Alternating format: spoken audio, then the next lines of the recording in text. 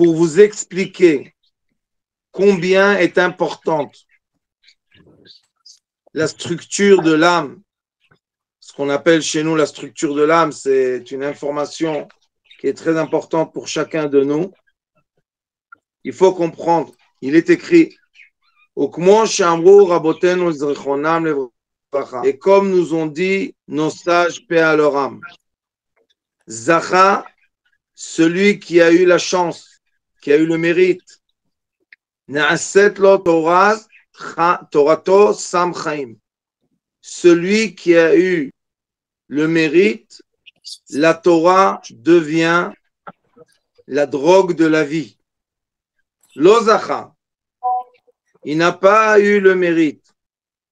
Na'asat lo Sam Amavet. Malheureusement, il y a des gens que la Torah pour eux, c'est la mort. Ils détestent la Torah. Ils détestent, ça les ennuie, ça les embête. Ils détestent vraiment. Pourquoi? La raison est dans la structure de l'âme. Quand une personne est capable de surmonter son mauvais penchant, et il a la force de se battre contre lui.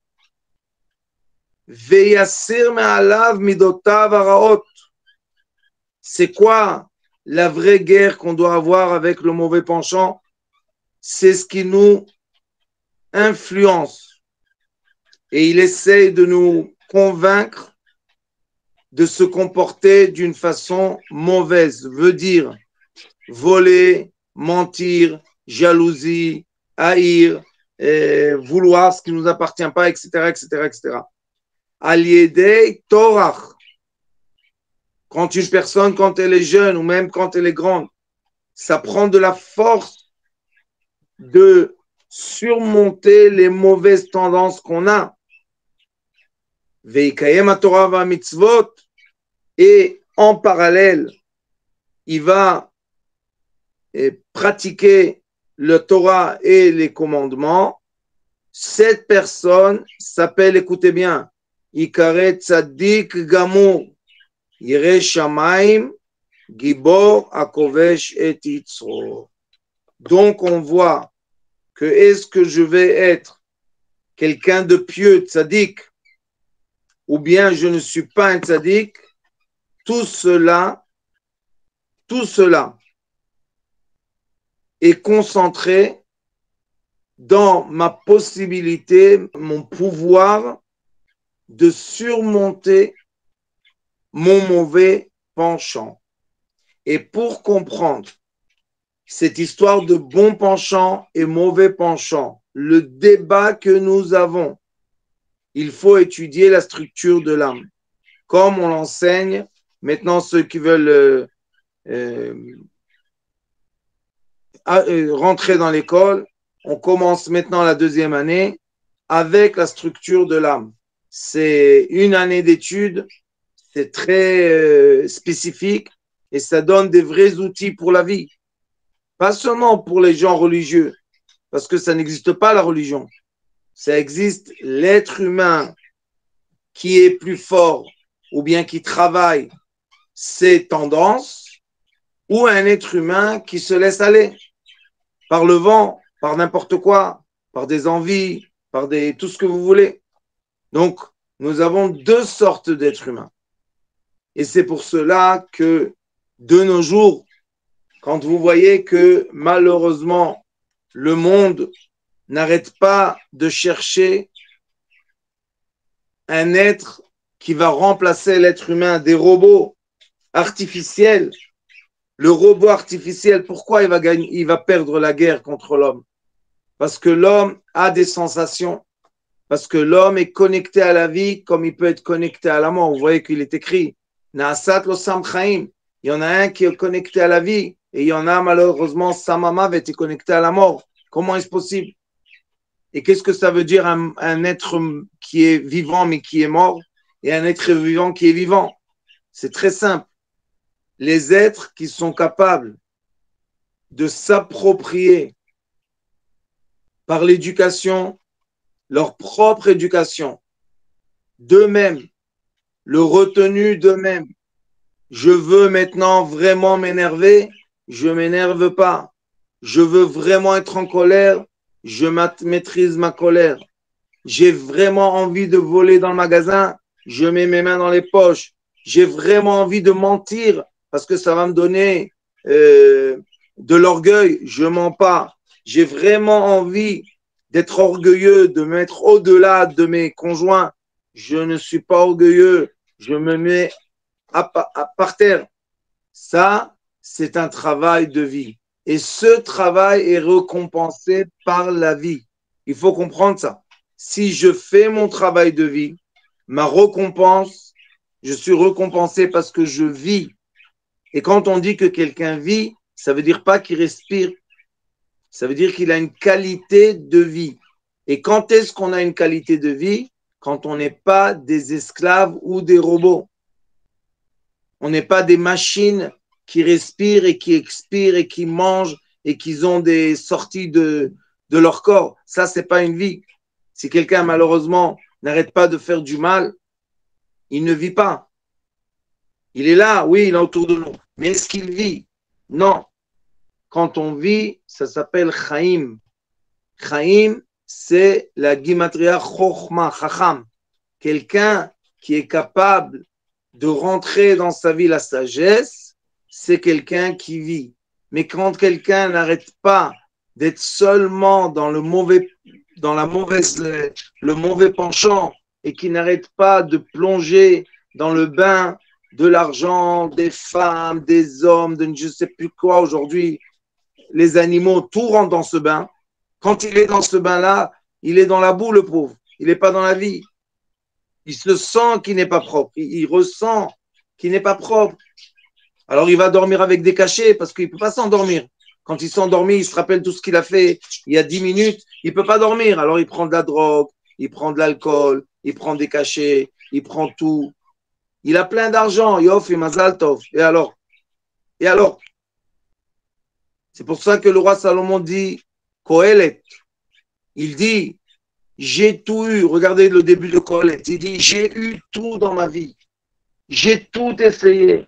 J'ai tout essayé. Sauf d'avoir à Kol Nishma. Sache que tout était avant toi, tout sera après toi. Et ta Elohim ira, vet mitzvotav shmor. Et la crainte de Hachem et pratique ses volontés. Kizé kol adam. Ça s'appelle un être. Et quand on rentre dans la structure de l'âme et on voit que le nefesh, la vitalité, je vous ai expliqué la semaine dernière, la vitalité est composée de 4 forces essentielles. Il y a 2 forces naturelles qu'on en a déjà parlé, ça s'appelle la vitalité du solide et la vitalité du végétaux. Et maintenant, aujourd'hui, on va parler de la vitalité de l'animal et après, on va parler de la vitalité de l'être. Sachez que la vitalité de l'animal et la vitalité de l'être, dit le Hari Akadosh, l'otiviot, ce ne sont pas des choses naturelles, veut dire qu'on ne peut pas prévoir le comportement d'une personne. On va dire un exemple pour le bien et un exemple pour le mal. Si quelqu'un, par exemple, était complètement dans l'enthousiasme de faire une bêtise. Ses amis, ils lui ont dit, on va voler, t'inquiète pas. Et lui, il dit oui. Et tout d'un coup, le jour du vol, il a une conscience qui se réveille en lui, qui lui dit, non, t'es fou, qu'est-ce qu'on va aller? On va voler. Nous, on vole. Nous, on vole. Tu es le petit-fils de ton grand-père qui s'est battu à vivre honnêtement, tu vas voler. Tu es l'enfant de tes parents qui n'ont jamais volé. Quoi, tu vas voler? Comment tu vas voler? Et il a une conscience qui parle en lui. Ses amis, ils klaxonnent en bas. Tu viens? Il dit, je m'excuse. Je ne peux pas venir. Mais tu es fou! 10 millions d'euros! Viens! Je m'excuse. Prenez les 10 millions. Allez dans votre chemin. Moi, je ne veux pas. Et disons que ses amis s'en vont. Vous comprenez que cette personne a une valeur à ses yeux, et si sa femme savait aussi, une valeur qu'on ne pourra jamais estimer dans ce monde. Ça s'appelle la vie. Un autre, malheureusement, il était bien, il était honnête, il travaillait dans un endroit, il était honnête. Un jour, un ami vient et lui dit, écoute, tu travailles pour combien? Pour 2000 euros. Tu sais combien d'argent il y a ici?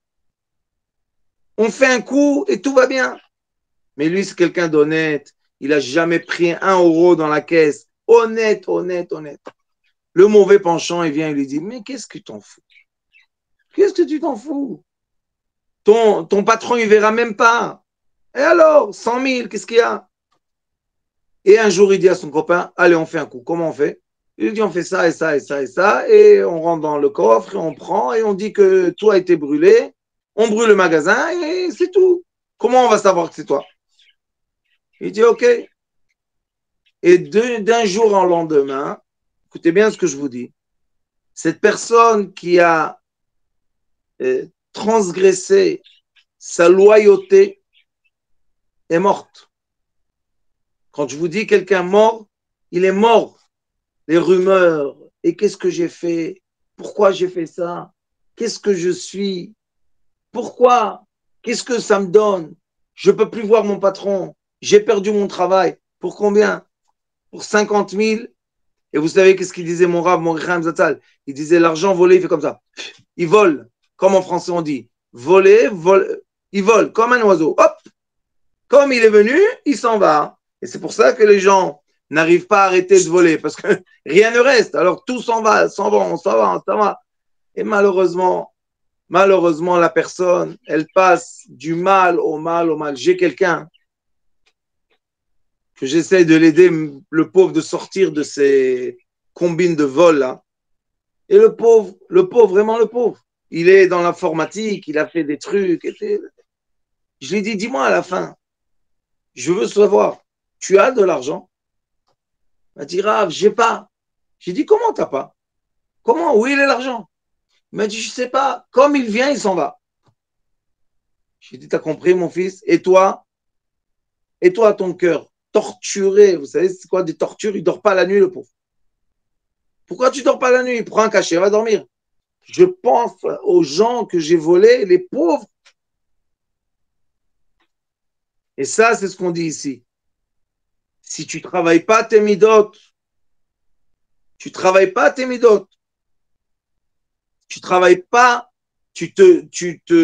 comment on va dire ça? Tu deviens plus fort que le mauvais penchant que tu vas rencontrer ce débat. Écoutez bien ce que je vous dis. Quand le bon penchant arrive, le débat commence dans l'être humain et les forces négatives se dévoilent seulement quand il y a la force positive, parce que c'est tout relatif, tout est relatif dans la vie. Tant qu'on n'a pas le bon côté, eh ben on n'a pas de mauvais côté.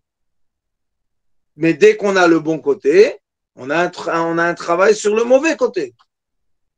Donc explique le Ari Kadosh dans Sefer Etzraim, Shar Anon Perekyud, le 50e portail, le 10e paragraphe. Il explique comme ça, il dit le mauvais, la vitalité animale, c'est tous les jours la guerre qu'on a entre nos désirs, volonté et notre moralité. C'est tous les jours. Et si quelqu'un arrive à s'élever au-delà de ça, et je vais vous expliquer tout à l'heure qu'est-ce que ça veut dire s'élever au-delà des volontés, eh bien la personne monte à l'étage qui s'appelle vitalité de l'être. Et quel est l'avantage de s'élever à la vitalité de l'être? Écoutez bien, je suis indépendant. Je suis un homme libre. Tout à l'heure, ma millénaire, elle a dit, Rav, tu prépares tes valises? Je lui ai répondu, ma seule valise, c'est mon petit sac noir avec mes tefilines. Et je vous racontais l'histoire de ce sac. Il y a beaucoup d'années de cela, Baruch Hashem. Baruch Hashem, j'ai réussi dans les affaires. J'avais une carte, ça s'appelle Platinum. Tu peux, avec la carte, 150 000 euros. Il faut comprendre. Au Hachem, je n'étais pas pauvre. Et un matin, vendredi matin, je me suis levé comme ça. Je me suis dit, allez, je vais aller avec la carte. Et enfin, dans ma vie, je peux acheter ce que je veux. Une voiture, je peux acheter.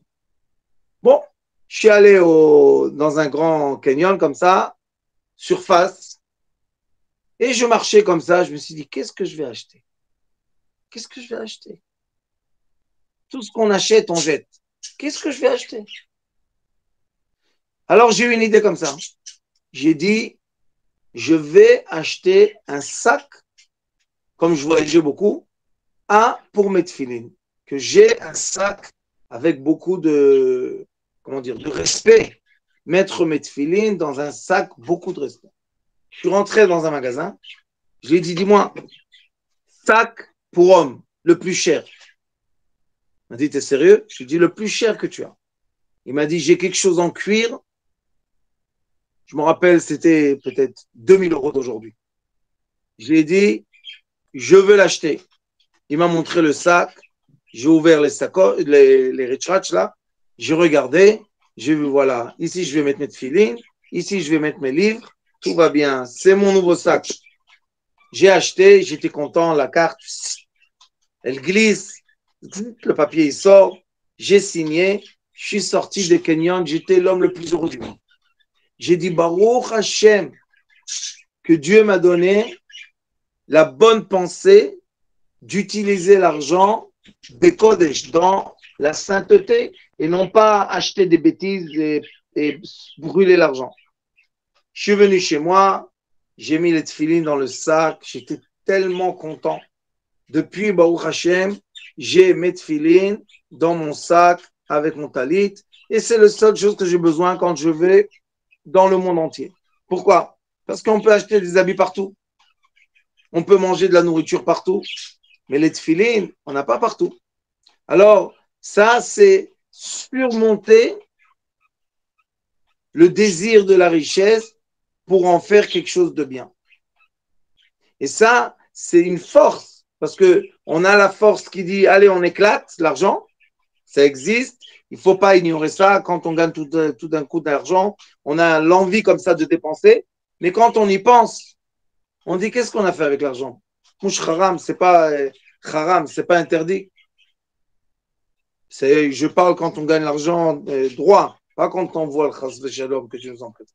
Alors, c'est pour cela qu'il est écrit, quand est-ce qu'une personne est une personne pieuse aux yeux de la Torah?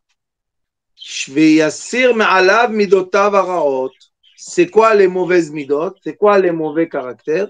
Ce sont les tendances que nous avons interdites par la Torah. Interdit de voler, interdit de violer, interdit de mentir, interdit d'être jaloux, interdit tout ce qui est interdit. Mais quel est notre problème? C'est que tous ces interdits-là sont en conflit. Nous avons un débat parce que le Yetzera, le mauvais penchant, il nous donne tout de suite la récompense. C'est ça le problème. C'est que la récompense quand on est jeune, quand on vole, on a tout de suite une moto, on a tout de suite une Rolex, on a tout de suite un habit, tout de suite. Je ne savais même pas, mais dernièrement, une élève à moi m'a dit, elle travaille dans un magasin d'habits. Je ne savais même pas que les femmes volaient des habits. Ça m'avait l'air une femme qui vole n'importe quoi. Les femmes rentrent dans les magasins d'habits, elles s'habillent avec les habits qu'elles veulent, elles mettent dessus les habits qui sont rentrés avec, elles sortent du magasin. Voler des habits, que Dieu nous en préserve. Mais qu'est-ce qu'on peut faire quand on n'arrête pas de nous bourrer le crâne? Achète, achète, achète, achète. Quand tu n'as pas, tu ne vaux rien. Quand tu as, tu vaux beaucoup. Les gens arrivent à prendre ce qui ne leur appartient pas. Alors, il faut savoir que notre Torah, notre enseignement divin, regardez les 10 commandements. D'un côté, nous avons tous les commandements célestes, 5 commandements célestes, mais de l'autre côté, nous avons des commandements de comportement. Les gens, ils ne font même pas attention à ça. Et quand l'être humain, je parle de l'être parce que la Torah a été donnée à l'humanité, quand l'être humain se comporte comme il faut, c'est un pieux, c'est quelqu'un de pieux. Et comment il est arrivé à ça? Vous pensez que les gens n'ont pas eu des débats? Ils ont eu des guerres, ils ont eu des débats. Maintenant, j'ai une histoire avec un de mes élèves, le pauvre, que quelqu'un lui fait des tentations. Oui, touche, ne touche pas, t'approche pas, il casse la tête. Alors il est venu, il est complètement détruit. Je lui ai dit, mon fils, Akadosh Baruch Hu t'a envoyé une leçon dans l'école de la vie. Pas tout ce qui est nu et pas tout ce qui est brillant, on a le droit de toucher. Et quand on touche, ça ne veut pas dire que ça va nous faire du bien. Il me dit, alors qu'est-ce que je fais? Je lui ai dit, tu te travailles, tu restes dans ton calme, tu comprends que tout simplement la photo que tu avais sur l'écran, elle est sortie en 3D. C'est tout. Et tu ne rentres pas dans ce vice parce que ça va te tuer. Vous savez, quand les gens, les pauvres, rentrent dans le vice de la tentation d'une femme ou d'un homme, ils perdent la tête. Quand je vous dis perdre la tête, ils perdent la tête. J'ai un élève, Baruch Hashem, je le coach dans les affaires 5 ans. Bléa Inara, que Dieu le bénisse, il est devenu quelqu'un de très bien et beaucoup, beaucoup d'argent. Baruch Hashem, sa compagnie est très connue en France. Et le pauvre, il a remonté les sourcils avec les ongles et avec le maquillage et avec le parfum. Et sa tête, elle est devenue une toupie.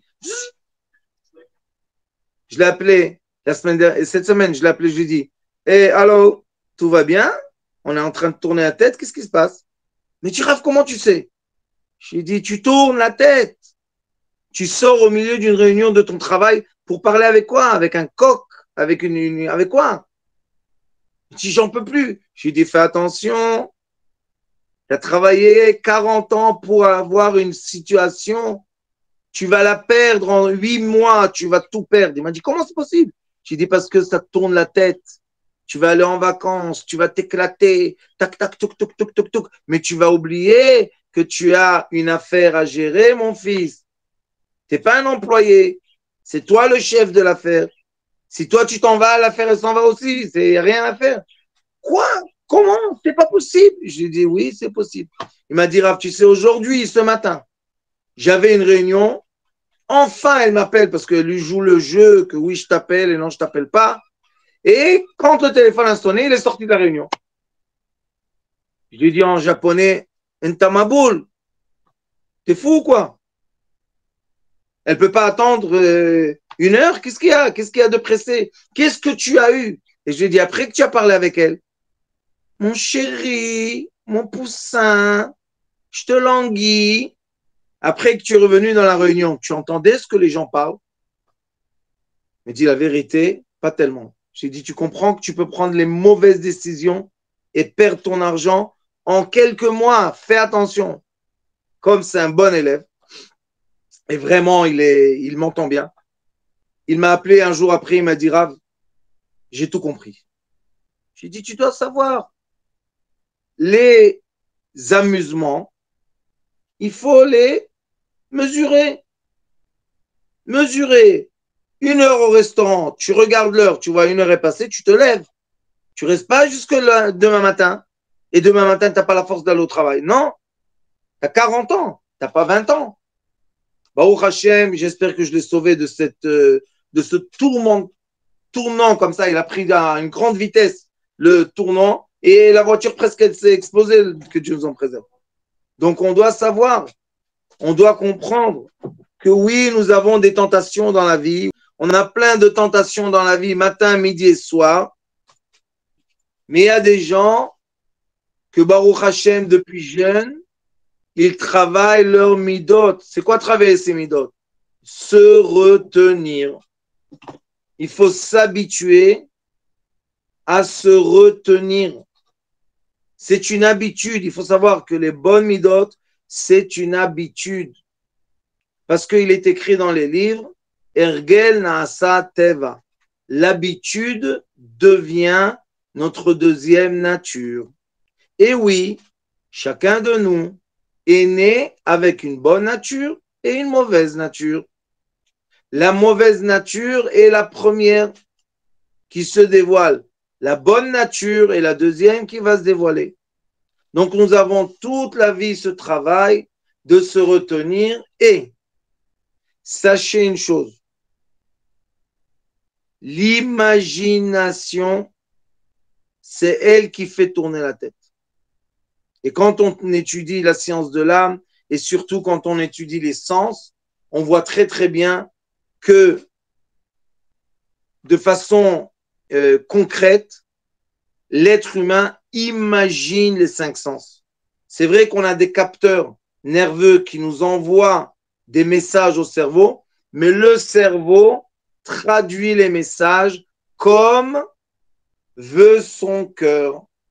Et dans le cœur, nous avons le débat entre le bien et le mal. Donc, si mon cœur est attiré par le mal, mon cerveau va tout transformer pour nous emmener au mal. Si le cœur veut le bien, le cerveau va tout transformer pour qu'on soit dans le bien. Et c'est pour ça que notre travail est le vrai travail des midot. Et quand on veut être un être mieux, un être pieux, on est obligé de travailler nos midot. Et non pas, malheureusement, ce que les gens pensent. Je vais étudier beaucoup, je vais être un livre. Vous savez qu'est-ce qu'on dit chez nous? Chamor noses farim. C'est un âne qui a beaucoup, qui s'est chargé de beaucoup de livres. Mais ce n'est pas un homme. Quand est-ce que la Torah, on voit qu'elle a une valeur? Quand la Torah a transformé l'être. Quand la Torah arrive, on réussit à se transformer, à travailler nos midot, à ne pas être en colère, à ne pas insulter, à ne pas maudire. Vous savez, les gens, quand ils prennent une crise de nerfs, ils maudissent leurs propres enfants. On est complètement fou parce qu'on n'a aucune éducation de midot.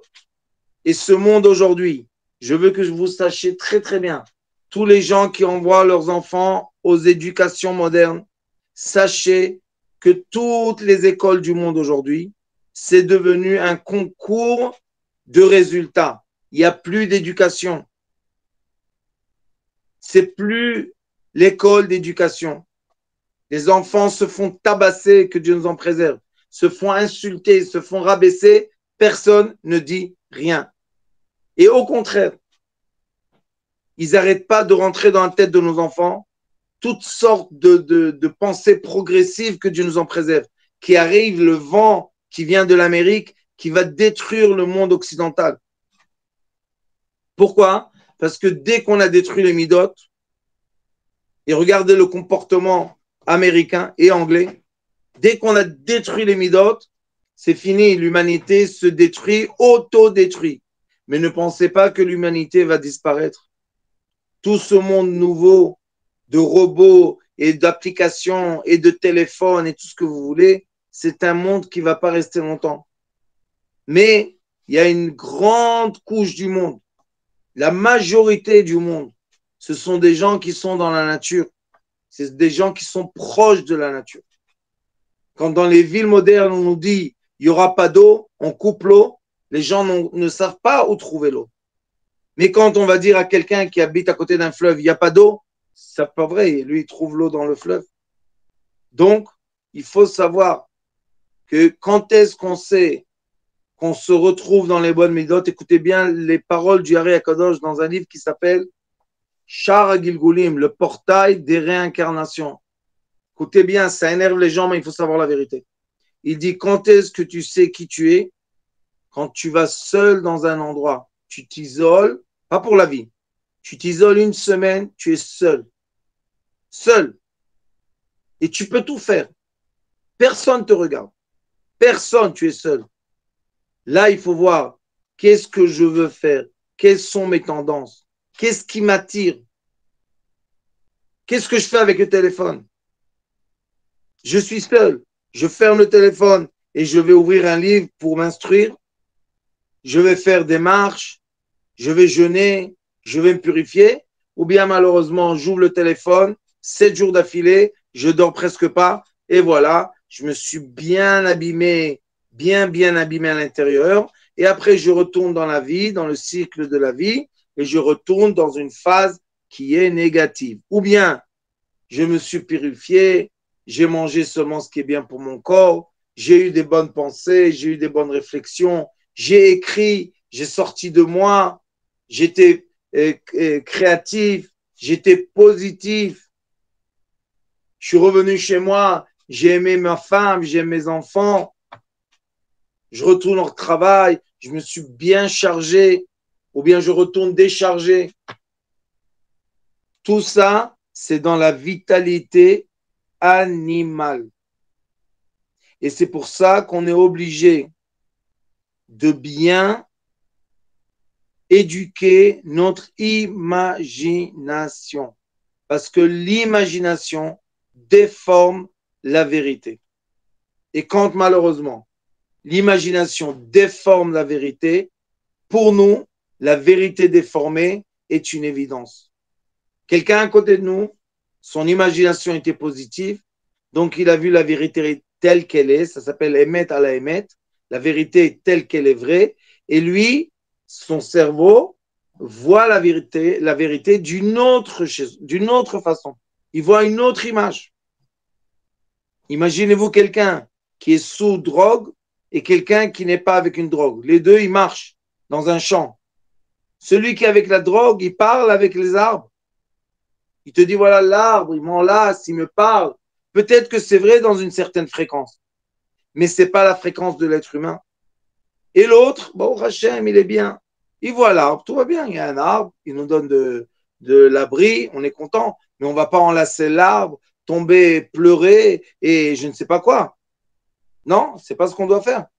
Alors c'est pour ça que chacun de nous doit savoir que dans le développement personnel, on va passer des deux vitalités naturelles qui sont la vitalité du solide qui est l'attraction et la mémorisation. On va passer à la vitalité végétale qui est tout ce qui est digestif, nourrir notre corps et savoir comment avoir une bonne digestion. Et après que notre corps est là, Baruch Hashem, sain et sauf, maintenant, qu'est-ce qui va faire du bien ou du mal au corps? L'imaginaire. Et l'imaginaire, c'est le débat entre mes désirs, je ne parle pas de plaisir, je parle de désir très fort, j'ai des pulsations très fortes, j'ai de l'addiction et ma moralité. Qu'est-ce que les règles morales disent? Et si vous regardez malheureusement le contenu des émissions depuis les bébés aujourd'hui, puisque les mamans, ils n'ont pas la patience, ils mettent le bébé en face des dessins animés, regardez quels sont les messages moraux. Vous allez être écœuré de votre vie. Mais d'un autre côté, on n'a pas le temps. Alors comment on fait?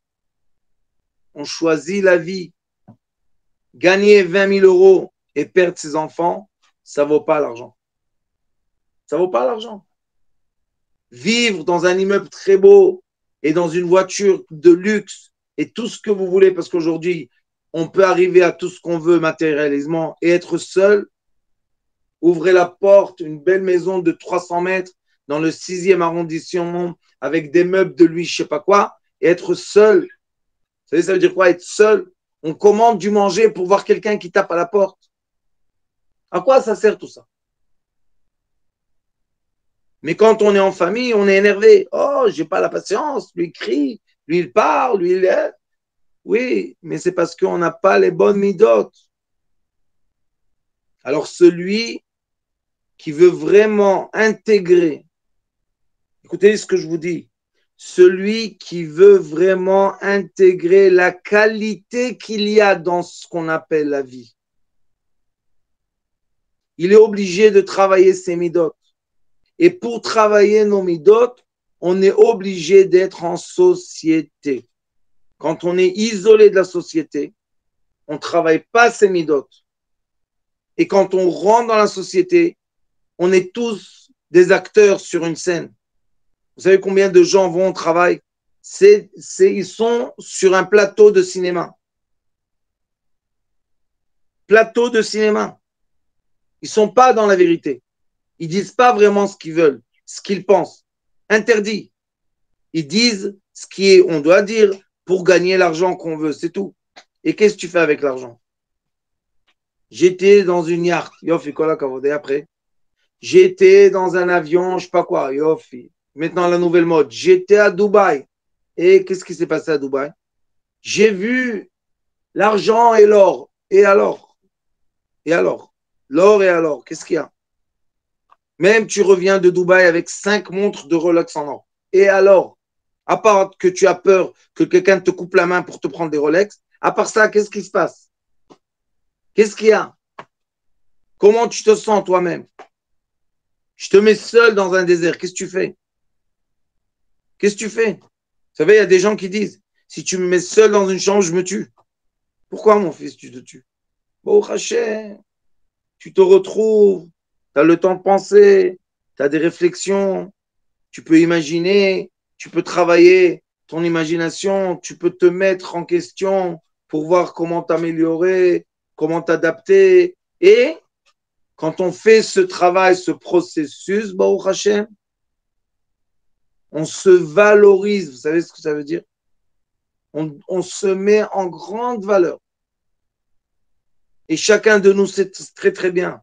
Quand on se retient, malgré les forces que ça demande, le mérite de se retenir, c'est de se mettre en grande valeur, malgré qu'on n'a pas 1 million d'euros dans la banque.